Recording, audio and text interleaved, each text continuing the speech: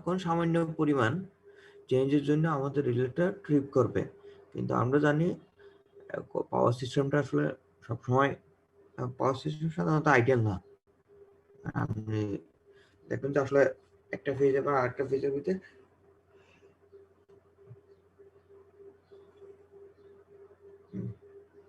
একটু এরর থাকে, যেটা আসলে ফেজ শিফটের জন্য হতে পারে অথবা অন্য কোনো কারণে হতে পারে, যদিও বা কোনো ফল্ট হয় নাই। সো এইসব এইসব এইসব কারণে যাতে রিলেটা অপারেট না করে সেখানে আমরা পার্সেন্টেজ ডিফারেন্সিয়াল রিলে ইউজ করি।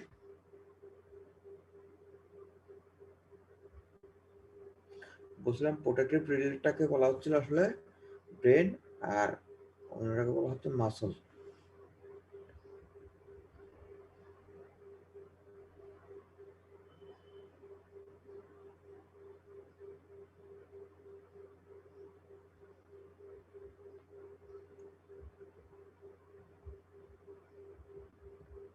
এই জিনিসগুলো আমরা দেখছিলাম, আমাদের আমরা দেখার দরকার নেই, আমাদের এখান থেকে এমন এটা কিভাবে কাজ করে এটা দেখছিলাম আমরা। সাধারণত সিটিপিটি থেকে সিগন্যাল নেয় না, রিলে সাধারণত সিটিপিটি থেকে সিগন্যাল নেয়। সিটি জি সাধারণত লাইনের সাথে সিরিজে কানেক্টেড থাকে, আর পিটি থাকে প্যারালালি কানেকশন।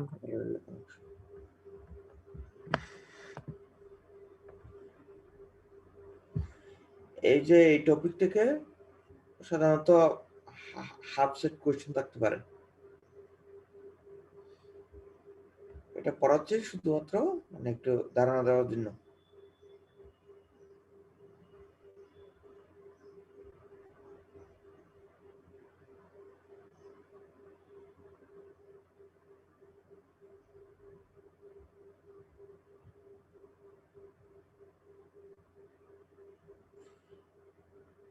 এখন বিভিন্ন পার্সেন্টেজের জন্য, রিলের বিভিন্ন পার্সেন্টেজ সেটিং এর জন্য আমাদের অপারেটিং কারেন্টটা ভিন্ন রকম হবে।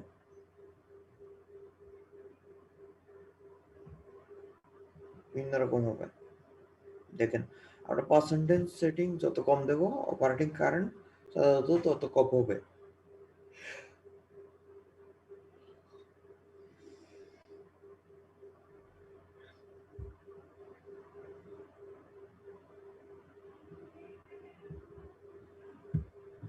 সাধারণত পার্সেন্টেজ সেটিং গুলো অপারেটিং কারেন্টের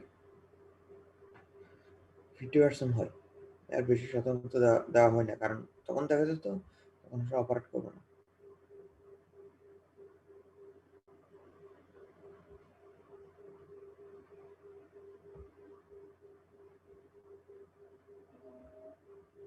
এখানে কথাগুলো বলা হয়েছে, কেউ যদি চান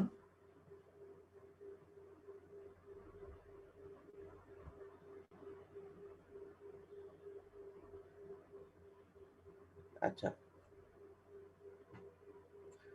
এখন আমরা একটা জিনিস দেখবো, সেটা হচ্ছে IDMT, inverse time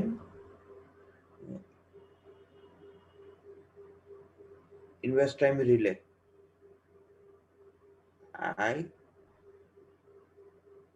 ITD, inverse time relay মানেটা কি? কোন রিলে কারেন্টের ফল্ট যত বেশি হবে, কোন রিলের মধ্যে দিয়ে যত বেশি ফল্ট কারেন্টের পরিমাণ তত বেশি হবে, রিলে তত দ্রুত অপারেট করা উচিত নাকি একই টাইমে অপারেট করা উচিত? দ্রুত অপারেট করা উচিত, একটা সময় নাই স্যার। হ্যাঁ, মনে করেন হচ্ছে 100 এম্পিয়ারের জন্য যে রিলের রেসপন্স যেটা হবে, তার মানে 10 এম্পিয়ারের জন্য, মনে করেন 500 এম্পিয়ারের জন্য কি একই রেসপন্স হওয়া উচিত? না স্যার। তার মানে কি 100 এম্পিয়ার হলে রিলে খুব দ্রুত অপারেট করবে। আর 500 এম্পিয়ারের জন্য একটু সময় নেবে। বোঝা গেছে? জি স্যার। এই জিনিসগুলো বলা হচ্ছিল। কারেন্টের ভ্যালু যত বেশি হবে সাধারণত টাইম তত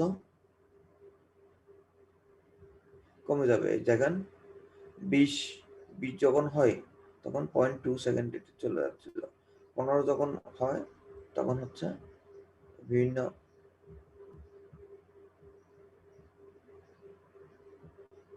কমে যাচ্ছিল। এই যখন 5 যখন হয় দেখেন তখন এরকম। এরপর আরেকটা জিনিস আছে, এটা হচ্ছে ডেফিনিট মিনিমাম টাইমের রিলে।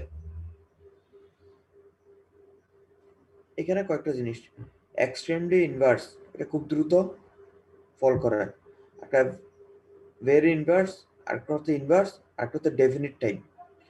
ডেফিনিট টাইম রিলের কথা একটু চিন্তা করেন, সেটা হচ্ছে কারেন্টের ভ্যালু যাই হোক না কেন, স্বাভাবিক অবস্থায় কারেন্টের ভ্যালু যাই হোক না কেন, রিলেটা একটা টাইম পরে অপারেট করবে। যেমন উদাহরণটা হচ্ছে কি, দেখেন 10-এর জন্য এই শেষেরটার দিকে দেখেন, 10-এর জন্য এই কার্ভটা 0.2 সেকেন্ডে অপারেট করতেছে, 15-এর জন্য 0.2 সেকেন্ডে অপারেট করতেছে, 20-এর জন্য 0.2 সেকেন্ডে অপারেট করতেছে। বুঝা গেছে? জি কারণ স্যার। কারণ ডেফিনিট বলা হচ্ছিল।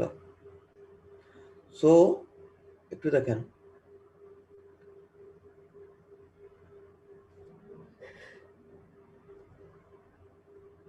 এই ডেফিনিট টাইম রিলে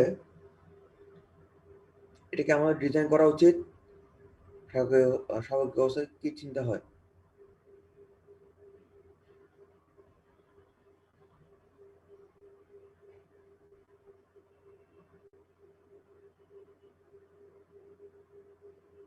স্যার এইটা না থাকাই ভালো। হ্যাঁ, এটা না থাকাই ভালো। আগের দিনে ম্যাক্সিমাম, কারণ আগে তো টেকনোলজি এত বেশি ছিল না, তখন ম্যাক্সিমাম রিলে হচ্ছে ডেফিনিট টাইম রিলে ছিল। বোঝা যাচ্ছে কিনা বলেন? এখন জি বর্তমানে সাধারণত এটা ইউজ উঠে গেছে। আর যেসব জায়গায় আসলে আমরা বলতে পারি ফল্ট কারেন্টের পরিমাণ এতটুকুই ফিক্স করতে পারি। হুম, স্বাভাবিক অবস্থা একটা তো এত থেকে এত, আমি সাধারণত একটা রেঞ্জ দিতে পারি, ওইসব জায়গায় আমরা ফল্ট কারেন্ট ইউজ করতে, মানে ডেফিনিট টাইম রিলে ইউজ করতে পারি।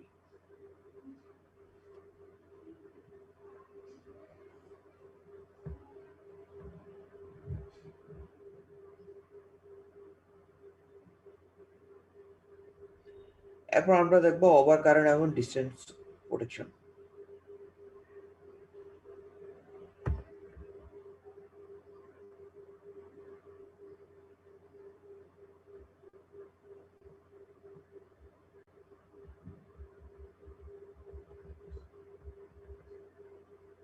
আচ্ছা, এখানে আমরা গতকালই বলছিলাম, একটু দেখেন, একটা প্রোটেকশন সিস্টেমে প্রথম হচ্ছে প্রাইমারি ব্যাকআপ, প্রাইমারি জোন অথবা জোন 1, পরবর্তীতে হচ্ছে ব্যাকআপ জোন সাধারণত থাকে। বোঝা যাচ্ছে কিনা বলুন?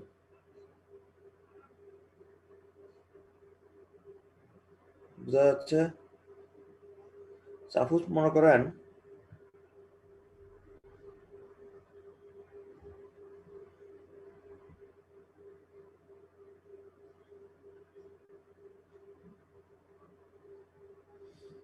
এই লাইনটাকে প্রোটেক্ট করতে হবে, এই যে এই রিলের মাঝখানে কোনো একটা লাইনকে প্রোটেক্ট করতে হবে, ঠিক আছে? এখন মনে করেন এখানে কোনো একটা ফল্ট হয়েছে,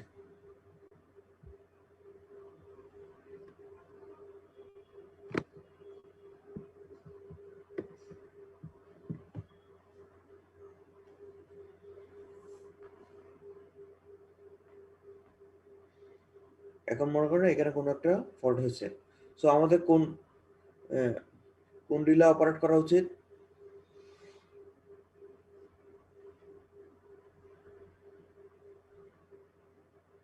প্রাইমারি প্রোটেকশন জোনের যে রিলে ওইটা। হ্যাঁ, এখানে দেখেন কাছাকাছি যে রিলা থাকা উচিত ওইটাই অপারেট করা উচিত, ঠিক আছে? আচ্ছা, এখন দেখেন, সো আসলে এই এখানে যে রিলে আছে ওইটা হচ্ছে আসলে এই এই সার্কিট ব্রেকার, এবং এই সার্কিট ব্রেকারে সিগন্যাল পাঠিয়ে এটাকে দুই দিক থেকে ডিসকানেক্ট করে দেয়। বুঝা গেছে কিনা বলেন? জি স্যার। এখন মনে করেন ফলটা যদি এক্সটার্নাল হয়,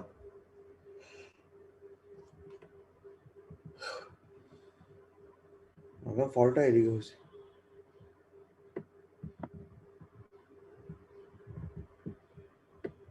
তাহলে কোনটা অপারেট করা উচিত? স্যার ব্যাকআপ প্রোটেকশন জোনে। হ্যাঁ, এটা হচ্ছে এদিকে একটা অপারেট করা উচিত এবং এদিক থেকে এখানে আসলে আরেকটা সার্কিট ব্রেকার রাখা উচিত ছিল। সো আমরা এটা চাচ্ছি আসলে, এখন মনে করেন এটাতে এটা অপারেট করলো না, মানে কাছাকাছি যেটা আছে, তখন অপারেট করবে কোনটা আসলে? দূরেরটা। বোঝা গেছে কিনা বলেন? জি স্যার।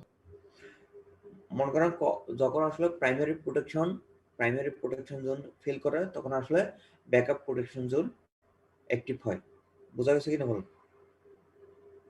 কিন্তু প্রবলেম যেটা হচ্ছে দেখেন, ওই ক্ষেত্রে হচ্ছে এই যে আমার কিন্তু ডিসকানেক্ট করার কথা ছিল এটা, ব্যাকআপ জোন যখন অপারেট করলাম তখন কিন্তু এই টোটাল হচ্ছে এই ফিডার অফ হয়ে যাবে, এই টোটালটাই হচ্ছে ডিসকানেকশনে চলে যাবে। বোঝা গেছে? জি স্যার। এবং এই ক্ষেত্রে হচ্ছে সাধারণত ওটার রেসপন্স টাইম একটু বেশি, ভালোই বেশি। ঠিক আছে? জি স্যার।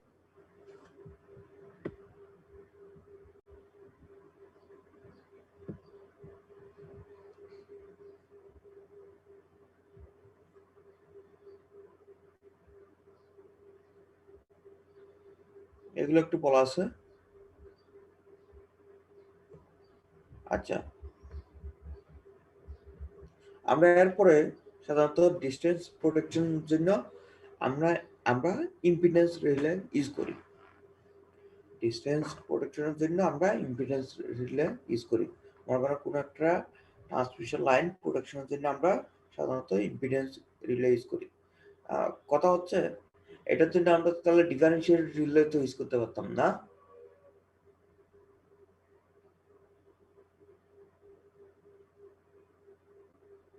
আমরা কি প্রোটেকশন লাইনের প্রোটেকশনের জন্য কি ডিফারেন্সিয়াল রিলে ইউজ করতে পারি? জি স্যার। কিন্তু ইউজ করি না তো, কেন ইউজ করি না? কারণ স্যার ভোল্টেজ ডিফারেন্স এই ক্ষেত্রে ইম্পিডেন্সের ওই তারের হচ্ছে ভোল্টেজ ড্রপ আছে ওই জন্য।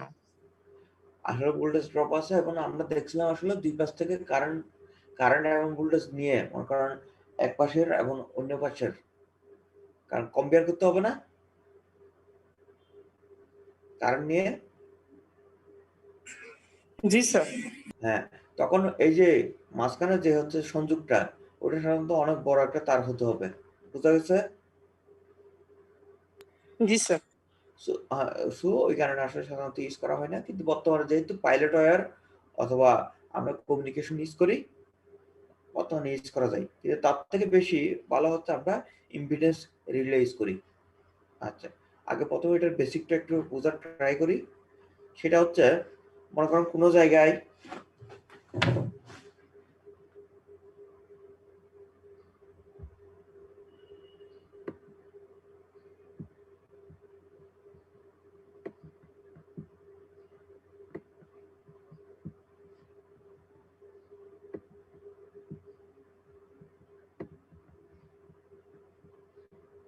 এটা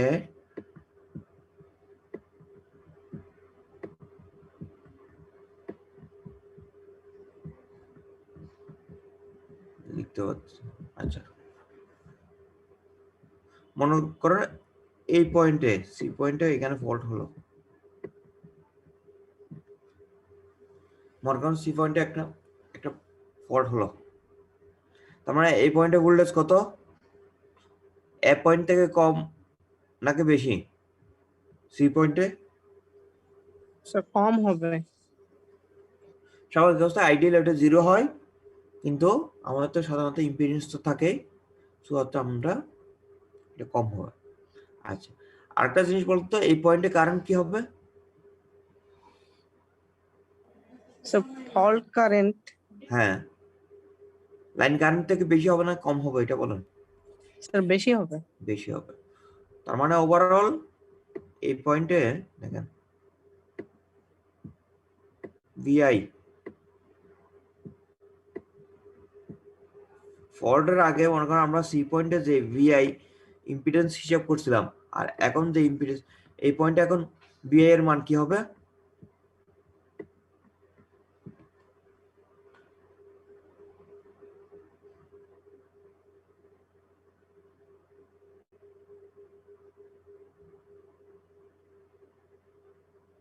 স্যার বুঝিনি, আরেকবার বলবেন? না, মনে করেন এখানে একটা স্বাভাবিক অবস্থা, মনে করেন এখানে তো একটা ভি আছে না, ভোল্টেজ তো আছে জি একটা, স্যার। একটা কারেন্ট আছে, ঠিক আছে? তার মানে সি পয়েন্টটা আমরা হচ্ছে যদি আমরা বিসি লিখতে পারতেছি না, ভি বাই আই, সি পয়েন্টে ফল্টের আগে, তার মানে একটা ইম্পিডেন্স পাবো না, ইম্পিডেন্সটা পাবো। জি স্যার। জি স্যার। আচ্ছা, এখন মনে করেন এই পয়েন্টে হচ্ছে একটা ফল্ট হলো, এটা ফল্টের আগে জেড, এই পয়েন্টে একটা ফল্ট হলো, তার মানে কি এটা বাড়বে না কি কমবে? ভি স্যার কমবে। মনে করলাম এটা কমছে, আই কি হবে? স্যার বাড়বে। তার মানে কি হবে? এখন নতুন যে জেড নিউ মনে করলাম, ধরলাম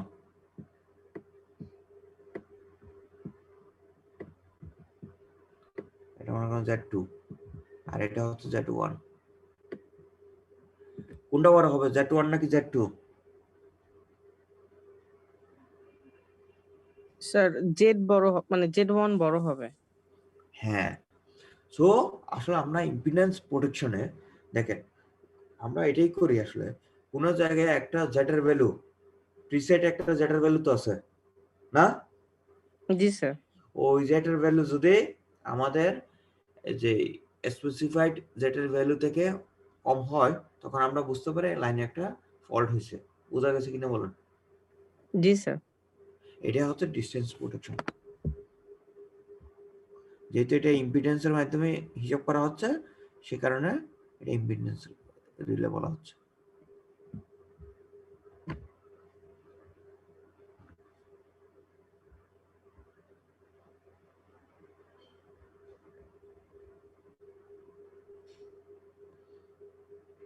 এগুলো একটু বলা আছে এখানে, এই যে ইম্পিডেন্সের কথা,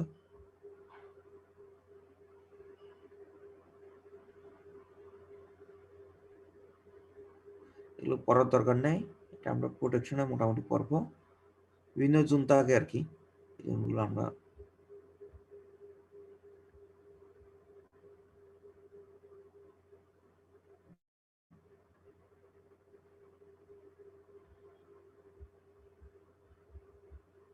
স্যার আমরা কি তাহলে ডিস্টেন্স প্রোটেকশন এইটা স্কিপ করব পুরোটা, না পুরোটা জাস্ট? মানে ডিসটেন্স প্রোটেকশন কি কিভাবে কাজ করে।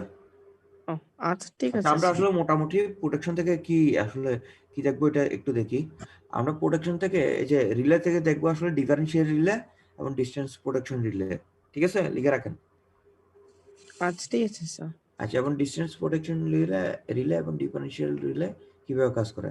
আরেকটা জিনিস দেখবো, আমরা যখন প্রোটেক্টেড ডিভাইস সিলেক্ট করবো তখন কি কি বিষয়ের উপর খেয়াল রাখতে হবে, যেমন স্পিড, সিম্পলিসিটি, সিলেক্টিভিটি, ওই যে এইসব জিনিস।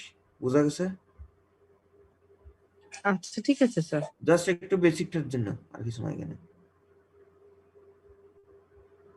এরপর আমরা পড়বো সার্কিট ব্রেকার।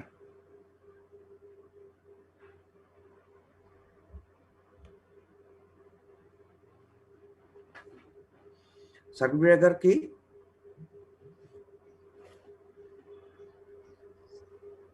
স্যার লেখা আছে, রিডিং করবো? সার্কিট ব্রেকার হচ্ছে সিগন্যালটা পায় আসলে রিলে থেকে না? জি স্যার। যখনই কারেন্ট বা ভোল্টেজ ওভার হয় তখন হচ্ছে রিলে একটা সিগন্যাল দেয়, ওই সিগন্যালের কারণে হচ্ছে সুইচটা হচ্ছে ট্রিপ করে এবং মানে কানেকশনটা ডিসকানেক্ট করে দেয় আচ্ছা, মেন সুইচ। এটা হচ্ছে সার্কিট ব্রেকার।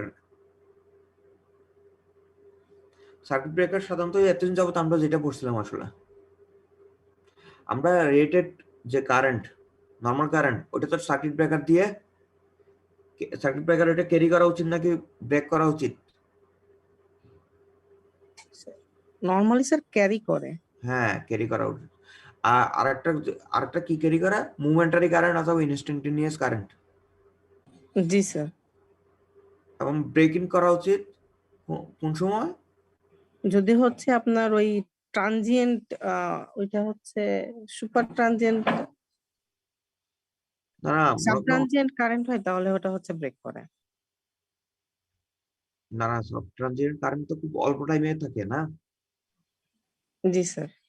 কিন্তু ওই যে সাবট্রানজিয়েন্ট কারেন্টটা যদি মনে করো যদি হচ্ছে ওই সময়টা বেশি হয়। হ্যাঁ সময়টা বেশি হয়, এই জিনিসগুলো এখানে বলা হচ্ছে, এখানে দেখা হচ্ছিল আসলে।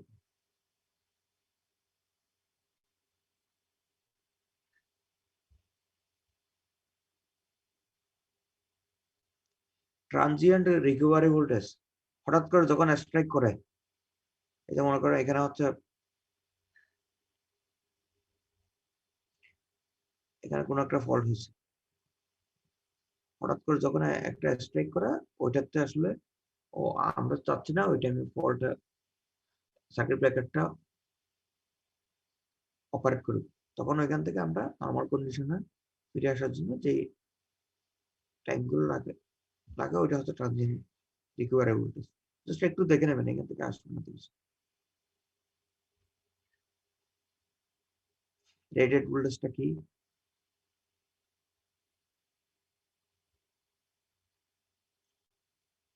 রিক্লোজার কেন ইউজ করি?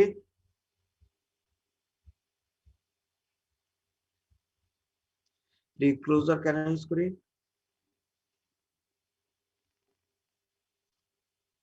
আমাদের যদি দেখেন সার্কিট ব্রেকার যদি ওপেন হয়ে আবার স্বাভাবিক অবস্থায় যদি নর্মাল কন্ডিশনে নর্মাল মনে করেন ফল্টের জন্য সার্কিট ব্রেকার ব্রেক করলো অথবা ওপেন হয়ে গেল, এখন আবার যখন নর্মাল কন্ডিশনে চলে আসলো তখন কি আমাদের কমন সেন্স কি বলে তখন সার্কিট ব্রেকার ক্লোজ হয়ে যাওয়া উচিত নাকি ওপেন থাকা উচিত?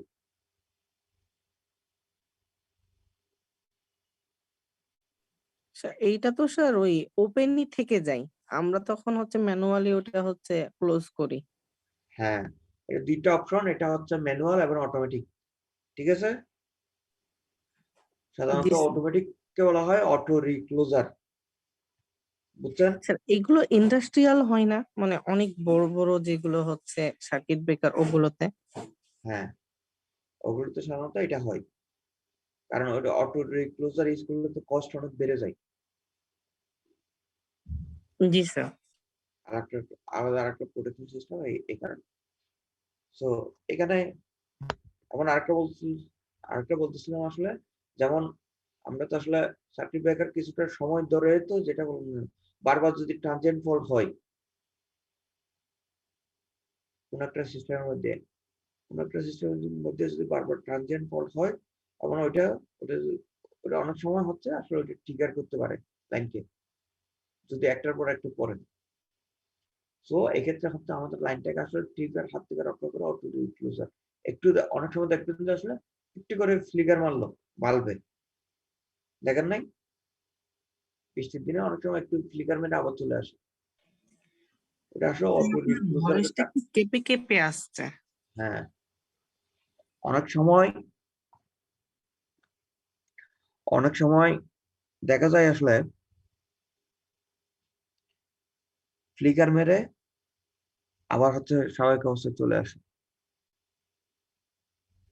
এটা সাধারণত হয় অটো ক্লোজারের কারণে।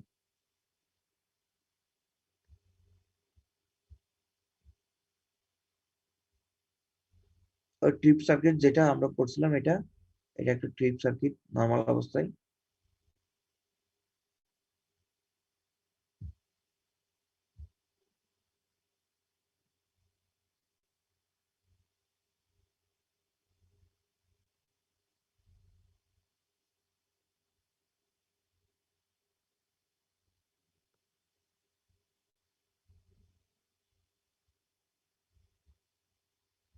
সার্কিট এখন আমরা দেখবো সার্কিট ব্রেকারের ক্লাসিফিকেশন।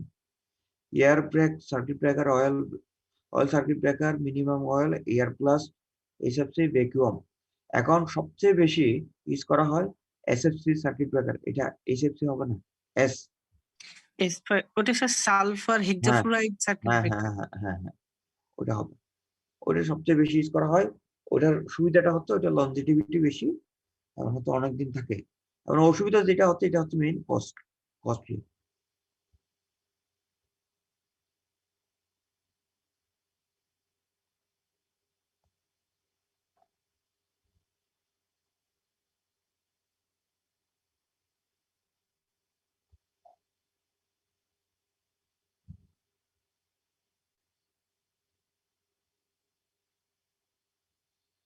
এই এই ডেরিভেশনটা একটু দেখবেন, পড়াতে ইচ্ছে হচ্ছে না, এই ডেরিভেশনটা একটু দেখবেন, এটা আসতে পারে। আচ্ছা ঠিক আছে স্যার। একটু দেখবেন।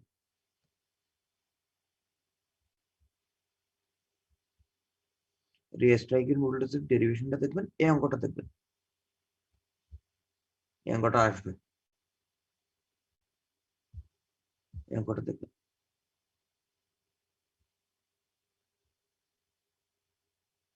আর্ক এক্সটেনশনটা কি, এগুলো কিন্তু আমরা আবার পাওয়ার সিস্টেম প্রোটেকশনে একদম ডিটেইলস পড়বো, তখন কিন্তু শুধুমাত্র সার্কিট ব্রেকারের জন্য আলাদা একটা টপিক, সার্কিট ব্রেকার এক্সটেনশনের জন্য আলাদা একটা টপিক। এই প্রবলেমটা দেখবেন। আর্ক এক্সটেনশনটা কি,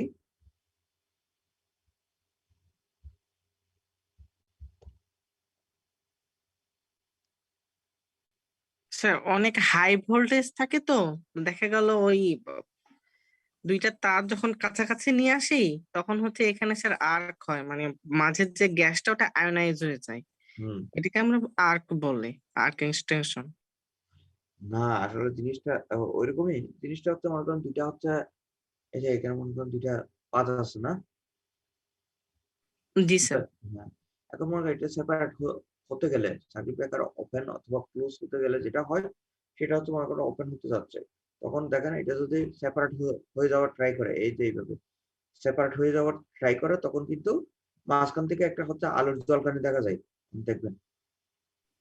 জি স্যার। হ্যাঁ, এখন ওটার মেইন কথা হচ্ছে ওটা যত দ্রুত সম্ভব আমাদের কিন্তু এক্সটেনশন করা উচিত না। জি স্যার। এটা এক্সটেনশন করার জন্য আমরা সাধারণত অনেক মিডিয়াম ইউজ করি, এখন বর্তমানে SF6C আসলে ওইটা ইউজ করি মাঝখানে, সালফার হেক্সাক্লোরাইড। জি স্যার। কারণ এটা যদি লং অনেক বেশি টাইমে যখন অকার করে, তখন যেটা হবে আসলে এটার যে লাইফ টাইম যেটা সার্কিট ব্রেকারের, ওটা কমে যাবে, এখন ড্রাস্টিক্যালি কমে যাবে।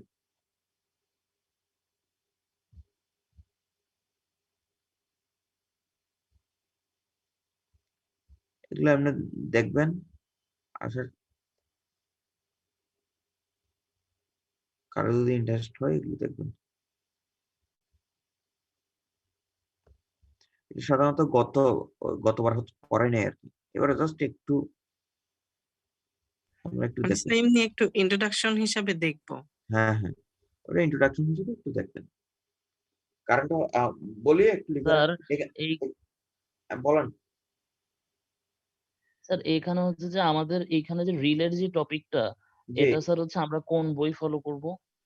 ওইটা হচ্ছে ওই আপনি বিকে মেহতার। ভিকি মেহতার বই দিয়েছে স্যার। হ্যাঁ, কোনটা? ভিকি মেহতা। হ্যাঁ, ওইখানে ভালো আছে। ও আচ্ছা, ওই পাওয়ার সিস্টেমের ওই বইটাই। হ্যাঁ, ওইটাতে আছে, মোটামুটি ভালো আছে।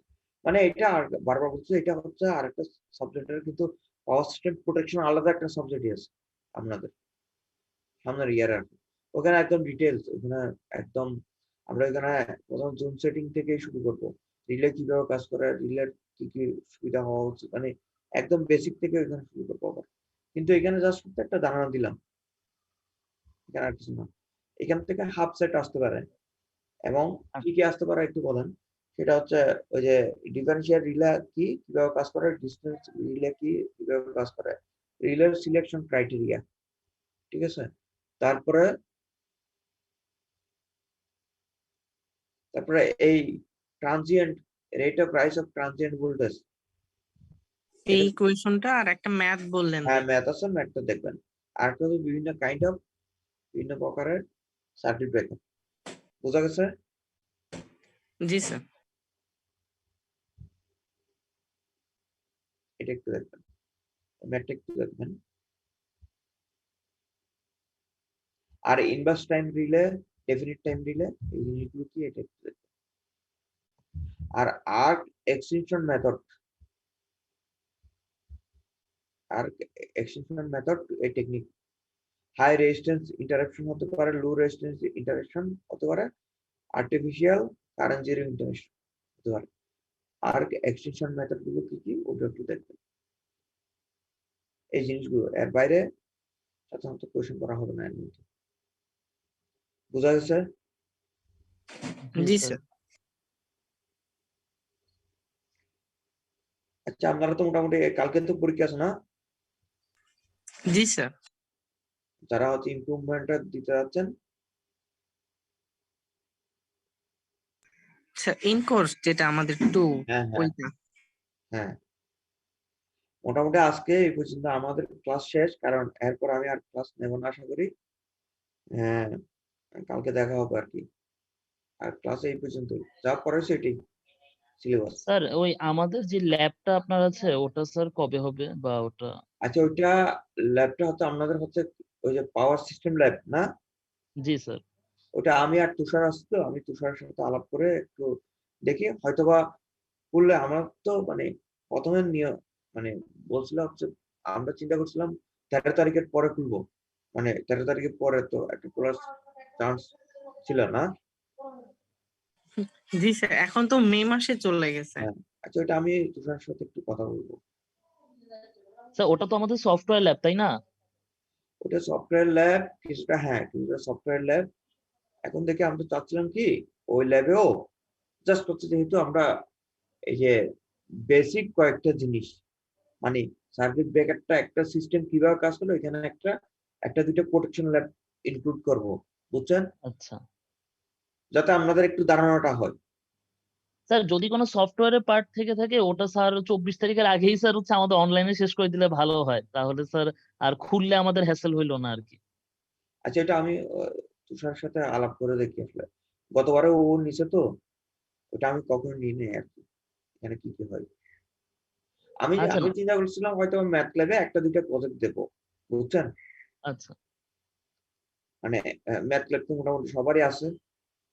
জি স্যার, আমরা ম্যাথল্যাবে স্যার অলরেডি একটা অনলাইনে সফটওয়্যার ল্যাব ডিএসপি করতেছিও। আচ্ছা আচ্ছা আচ্ছা, ওর তো সাথে আমার আলাপ করে আমরা হচ্ছে দেখবো। ঠিক আছে তাহলে। স্যার হ্যাঁ বল। স্যার আমাদের তো স্যার একটা অ্যাসাইনমেন্ট দিতে চেয়েছিলেন স্যার, ওটা